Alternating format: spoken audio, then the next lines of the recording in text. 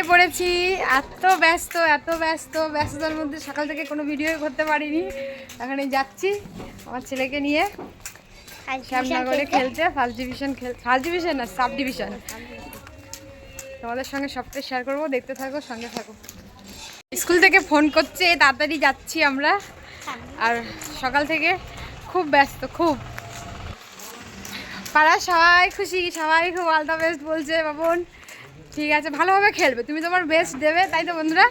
Best দিলেই হবে, জিততেই হবে এমন কোনো কথা নেই, কিন্তু খেলতে হবে, ভালো খেলতে হবে। আর আরেকজন আসছে পিছনে, আমরা এখন যাচ্ছি, গিয়ে টোটোতে উঠবো। সকালবেলা উঠে রান্না বান্না করে, স্নান করে, পুজো দিয়ে, সব কিছু করে গুছিয়ে বেরোতে 10টা বেজে গেছে। 10টার সময় স্টেশনে যাওয়ার কথা, স্কুল থেকে ফোন করছে তাড়াতাড়ি চলো। এখন উঠে যাচ্ছি টোটোতে, তারপর তোমাদের দেখাবো সবটাই। বেলঘুরে আসলাম, এসে অনেকক্ষণ দাঁড়িয়ে থাকলাম, ট্রেনটা একটু লেট ছিল। তারপরে ট্রেন আসলো আর আমরা উঠে গেছি ট্রেনে। আর আমার ছেলে মেয়েও বসে আছে, দেখো কত ভদ্র। আর ওইখানে তোমাদের দাদা ভাইও রয়েছে, আর সামনে কিন্তু স্যার দিদিমণিরা রয়েছে, তার জন্য একটু ভয় লাগছে। তারপর আমরা শ্যামনগর নেমে গেলাম। শ্যামনগর নেমে গিয়ে তারপরে আমরা আগাচ্ছি, আস্তে আস্তে মাঠের দিকে যাব। তো যেই অ্যাড্রেসটা দেওয়া হয়েছিল সেই অ্যাড্রেসেই আমরা চলে এসেছি।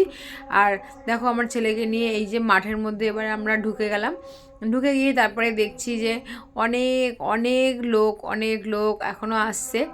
ভাবছিলাম যে আমরাই হয়তো লেট হয়ে গেছি, কিন্তু না, সবাই আসছে। আর মাঠটা দেখো কত বড়, এত বড় মাঠ, তাই সবাই বলছে যে এই মাঠটা ছোট, এরপরে আরও বড় মাঠে হয়।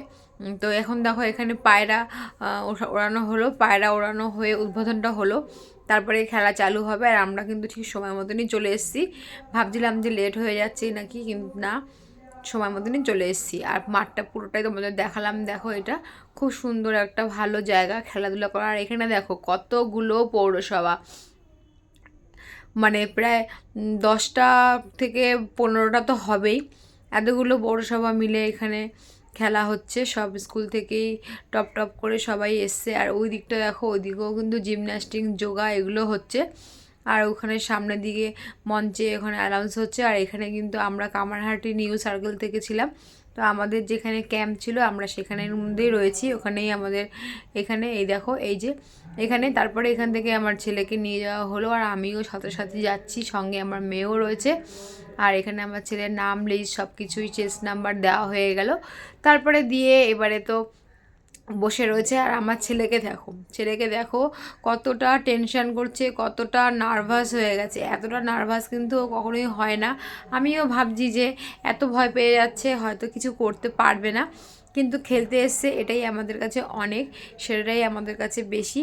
আর এখানে ও যখন লাইনে রয়েছে, আমার ছেলে একটা টেনশনে রয়েছে যে এখানে সবাই খেলাধুলা করে, সবাই, যতটা বুঝলাম যে সবাই এখানে ট্রেনার, সবাই এখানে মাঠ পাস করা, ভালোভাবে খেলে, কিন্তু আমার ছেলে তো কিছুই করে না। তো ও একটু চিন্তায় আছে, আর আমিও একটু চিন্তায় আছি যে হয়তো কিছু করতে পারবে না, কিন্তু জাস্ট যাই হলো মাঠের নামটা এন্ট্রি হলো, এটাই অনেক।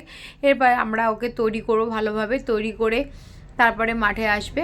এত তাড়াতাড়ি এত আশা করা উচিত হয় না, তাও ছেলে খেলছে, এটাই আমাদের কাছে অনেক। তো এখানে দেখো সবাইকে দাঁড় করিয়ে দিল, সবাই এখানে লাইনে দাঁড়ালো। আর সত্যি কথা বলতে আমার ছেলেও খুব চেষ্টা করেছে, কিন্তু বন্ধুরা ও একটু নার্ভাসও হয়ে গেছে। ও তো এমনি দুরন্ত দুষ্টু, সেই তুলনায় ও খেলে, কিন্তু ও তো কোনো মাঠে বা অ্যাথলিকে কোনো কিছুতেই ও শেখেনি। এখানে সবাই শেখায়, মানে অ্যাথলিকে সবাই উচ্চ মানে কোচদের সাথে মানে ট্রেনিং করা, তাই এরা সবাই বেশ স্মার্ট। কিন্তু আমার ছেলে কিন্তু সেটা বুঝে গেছে, বুঝে একটু নার্ভাস ফিল করছে। দেখো ওকে দেখে কিন্তু বুঝতে পারছি ও একটু নার্ভাস রয়েছে। যাই হোক, ওকে এবার আমরা তৈরি করব। দেখো আমার ছেলে কিন্তু মানে এটা আতঙ্কে রয়েছে, ভয়ে রয়েছে, কিন্তু সেটা ওকে বুঝতে হবে যে আমাকে করতে হবে, আমার বেস্টটা আমাকে দিতে হবে। দেখো আগেই চলে যাচ্ছে, মানে স্টার্ট হওয়ার আগেই ও চলে যাচ্ছে, ও এতটাই নার্ভাস হয়ে গেছে। এবারে ও দৌড় মারলো, এবারে দৌড় মেরে এবার গেল। আর সত্যি কথা বলতে আমার ছেলে এবার কিছুই হতে পারলো না, ও 4th হলো। তা 4th তো অ্যালাউ নেই, 3rd হলে ঠিক আছে, মন খারাপ করার কিছু নেই। এই মাঠে এন্ট্রি হলো, সামনের বছর আবার হবে। সবাই কি আর মানে পারে নাকি? তোমরা দেখতেই পাচ্ছ, দেখো আমার ছেলের কতটা মন খারাপ, কীরকমভাবে মুখটা করে রেখেছে, কত দুঃখ। আর আমরা কিন্তু বাড়ির থেকে টিফিন নিয়ে এসেছিলাম পাস্তা, সেটা আমরা সবাই খাচ্ছি। যাক, আমাদের একটা ছোটোখাটো পিকনিকের মতন হয়ে গেল। কিন্তু আমার ছেলে কিন্তু খাচ্ছে না, ও একদম দাঁড়িয়ে রয়েছে, দেখো দূরে দাঁড়িয়ে রয়েছে, আমাদের থেকে দূরে, একটু কষ্ট পাচ্ছে। জানি, বুঝতে পারছি, ওর খুব আশা ছিল, কিন্তু যদি থার্ডও হতো তবুও একটু ফাইনাল খেলার চান্স পেতো, কিন্তু থার্ড হয়নি, ফোর্থে চান্স পাইনি। কিন্তু ওকে আমরা সেটা বুঝতে দিচ্ছি না, ওকে আমরা বোঝাচ্ছি যে তুই তোর বেস্টটাই খেলেছিস, আর এটাই তোমাদের কাছে অনেক বেশি, কারণ আমরা অত আশা করতে পারি না। স্কুলে আশা করেছে, ঠিক আছে, ভালো কথা, ভালো খেলে তাই, কিন্তু আমরা এত আশা করতে পারি না, কারণ আমরা ওদের জন্য কিছুই করিনি। আমরা যদি অ্যাথলেটিকে ভর্তি করাতাম, শেখাতাম, তাহলে আমাদের এই আশাটা বেশি কাজে লাগতো। তো সেই জন্যই আমরা ওকে বোঝালাম, তারপরে বুঝে একটু ওর মনটা ভালো করার জন্য চলে এসেছি গঙ্গার পাড়ে। গঙ্গার পাড়ে এসে একটু আমার ছেলের মনটা একটু ফ্রি হলো, কারণ ও একটা খুব মান সম্মানে পড়ে গেছে আর টেনশানে পড়ে গেছে যে আমি কিছু পারলাম না, জীবনে প্রথম একটা খেলা থেকে কিছু না হয়ে বেরোলো, তাই জন্য ওর খুব দুঃখ।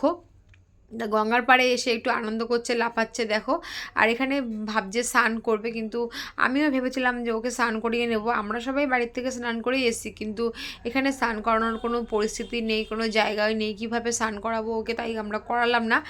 একটু গঙ্গার পাড়ে ঘুরিয়ে একটু মনটা ভালো করি, তারপরে বাড়ির দিকে চলে যাব, এইভাবে, এই জন্যই আমরা আসলাম। আর এখানে দেখো আমার ছেলে নেমে যাচ্ছে গঙ্গার পাড়ে যাওয়ার জন্য, খুব ব্যস্ত। তো এখানে তোমাদের দাদাভাই নিয়ে ওদের একটু মাথায় হাত পায়ে জল ছিটিয়ে দিল, আর আমাকে বলছে স্নান করবে, কিন্তু আমি এখানে স্নান করতে বারণ করছি, কারণ স্নান করার কোনো পরিস্থিতি নেই। যাই হোক, আমরা একটু হাতে পায়ে ধুয়ে মাথা জল ছিটিয়ে দিয়ে আমরা বাড়ির দিকে যাব।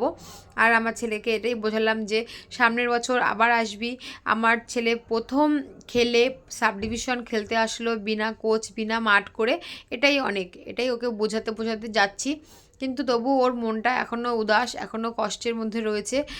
কিন্তু আমরা ভাবছি যে মা হয়তো রাগ হবে, কিন্তু আমি একদমই রাগ হইনি, আমি একদমই দুঃখ পাইনি। আমার খুব খুশি, আমার খুব আনন্দ যে আমার ছেলে এই প্রথম মাঠে আসলো, মাঠের নাম দিল, এটাই অনেক। সবে তো জীবনের শুরু, আরও কত সময় আছে, কত খেলবে, কত মাঠে ভর্তি করলে কত আসবে, কত খেলবে, তখন তো অনেকবারই ও অনেক প্রাইজই পাবে, বা অনেকভাবেই ওর বেস্টটাই ও দেবে। তো আমরা চলে গেছিলাম অটো করে, আর আমার ছেলে সাইকেল করে চলে গেল, আর ছেলে ঘরে এসে ঘর থেকে বেরোয়নি, মেয়ে এসে খেলাধুলো চালু করে দিল। দেখো আমার মেয়ে কত খেলছে। সন্ধ্যা হয়ে গেছে, আর সারাদিন বাইরে রোদে ছিলাম, আমি এসেই তো একদম ক্লান্ত হয়ে গেছি, আমি একটু ঘুমিয়েও পড়েছিলাম। এরা কিন্তু কেউ ঘুমায়নি, ছেলে তো এসেই সেই খেলতে চলে গেছে, মেয়েও খেলেছে। সন্ধ্যা হয়ে গেছে, এখন একটু খাতা বই নিয়ে বসিয়েছি পড়তে বসাবো, আর রান্না করব। এই রাতে এখন কি রান্না করব ভাবছি, ডিম ভাজা, আলু সিদ্ধ, ভাত করব, একটু পড়িয়ে নিই তারপরে।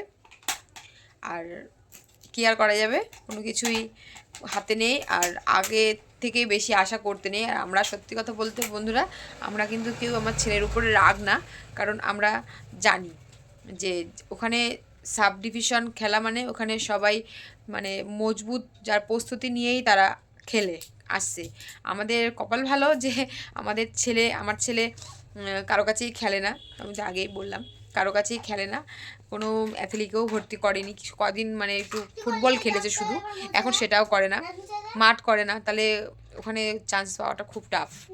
আর এরপরে যেটা ডিস্ট্রিক্ট, সেটা তো আরও টাফ। তো এখন শুধু তৈরি করতে হবে, এটাই আশা যে ভালো অ্যাথলেটিক। স্কুলে আন্টিও বললো যে ও যদি খেলতো, যদি মাঠ করতো, ট্রেনিং থাকতো, তাহলে ও পেতো, সেটুকু ভরসা আছে। কিন্তু সেটা না, ও এমনি দুরন্ত দুষ্টুমি, খেলাধুলায় ভালোবাসে, খেলে, তার জন্যই ও পেরেছে, বিনা কোচে, বিনা খেলে ও এটা পেরেছে। এটাই আমাদের, খেলতে যে গেছে, সাব ডিভিশন খেলতে গেছে বিনা কোর্স করে, বিনা মাঠ কমপ্লিট করে, বা ট্রেনিং না, অ্যাথলেটিকে ভর্তি না হয়ে, এটাই অনেক। এরপরে আরও সময় আছে, এই তো সবে শুরু, এই মাঠে নাম ঢুকলো, এবারে ও যদি খেলাটাই পছন্দ করে, ওকে সেভাবেই তৈরি করতে হবে আপনাদের। তো বললাম যে হ্যাঁ, সেটাই তৈরি করব, চেষ্টা আছে। ও খেলাধুলা ভালোবাসে, খেলাধুলা ভালোবাসে, তৈরি করতে হবে ওকে, কারণ দাঁড়াও বাবা, করে না, আর একটু মন খারাপও ছিল, খুব মন খারাপ ছিল ভীষণ। ও ভাবতে পারিনি যে ও পারবে না। আসলে ঝিমিয়ে একটু ঘাবড়েও গেছে, প্রথম গেল এত বড় মাঠে, তারপরে একটু ভয়ও পেয়েছে, ঘাবড়েও গেছে, সব কিছু মিলেমিশে নার্ভাসও হয়ে গেছে। তাই একটু 4 আর 5-এর মধ্যে ছিল, মানে আমি ভাবছি 4th হয়েছে, কিন্তু ওর বাবা বলছে না 5th হয়েছে। তা 4th হলে তো হবে না, 3rd হলেও তবুও একটা চান্স ছিল ফাইনাল খেলায়। ওখানে আরও প্রস্তুতি হয়ে তৈরি হয়ে যেতে হবে। তাই বুঝিয়ে বাজিয়ে এখন মনটা ঠিক করেছে, একটু হাসছে সারা বিকেল, একটু হাসিনি, মনটা খারাপ ছিল খুব। ট্রেনের মধ্যেও চোখে জল এসে গেছিলো আসার সময়, যে মা ওরা কী করে পারলো।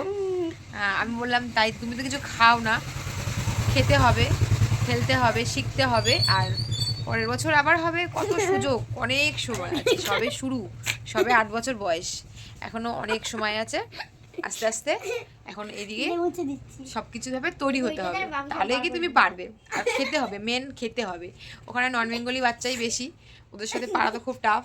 আর এই যে কিছুই খায় না, ছাতু খায় না, সবজি খায় না, মাছ খায় না, খালি ডাল খায়, তাতে তো আর শক্তি হয় না। শুধু দৌড়ঝাঁপ লাফালাফি এটা করলে হবে না, খেতে হবে, স্ট্যামিনা আনতে হবে, স্ট্রেংথ আনতে হবে, সেটাই হচ্ছে মেন ব্যাপার। ডিম খায় না, তোমাদের কি বলবো বন্ধুরা, ডিম খায়, ডিমের কুসুম খায় না। সেখানে দুধ খাবে, দুধের সর খায় না, ছাতু খেতে চায় না। তাহলে তাহলে ওখানে যারা খেলে তাদের সাথে পারা তো মুশকিল, খুবই মুশকিল। তো সেই জন্য বুঝালাম, বললাম যে সামনের বছর আবার যাবি, আবার তার মধ্যে নিজেকে তৈরি করো, প্রস্তুত হও, তাহলে পারবে। তো তোমাদের কাছে আমার একটাই রিকোয়েস্ট বন্ধুরা, আমার ছেলের হয়ে, আমার সন্তানদের হয়ে ভগবানের কাছে প্রার্থনা করো যেন ওরা এগিয়ে যেতে পারে জীবনে।